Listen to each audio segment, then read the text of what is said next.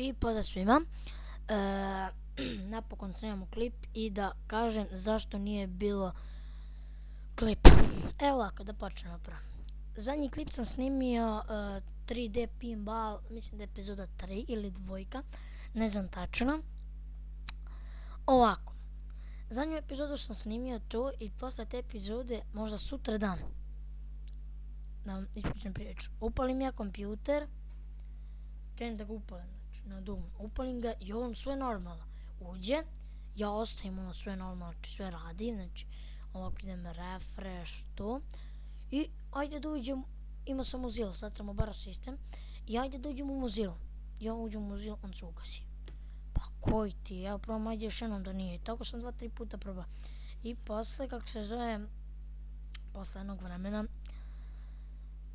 zove mene majsto, kako se zove, prvo sam mislio da je od virusa, jer nisam skidao puno što sam skinuo Google, Skype, Gunplay, Bandicam i ovo driver za zvuk i to je to, i Broforce. I sad ja ajde da vidim, odneo kod majstora tamo negde u Delibotu i kaže meni majstor, nisi ga ti zajebao, ono, nema virusa, nego to je da struje. Kaže, crkla matična, do struje dođe ono jaka struja i slaba. E ovako, ja sad, dobra, ajde, znači nisam ga sjebao.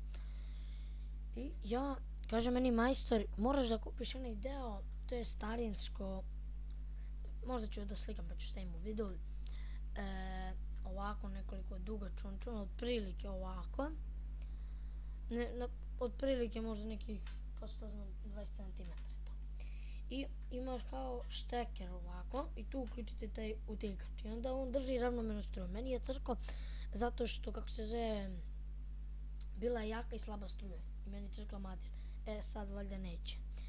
Eto, to samo da vam kažem i to je bilo to za ovaj klip. Ako, naravno, nastavite dalje me pratite, subscribeujte se, nismo mrdnuli već 3 nedelje od 4 subscribe i to je bilo to. Ćao.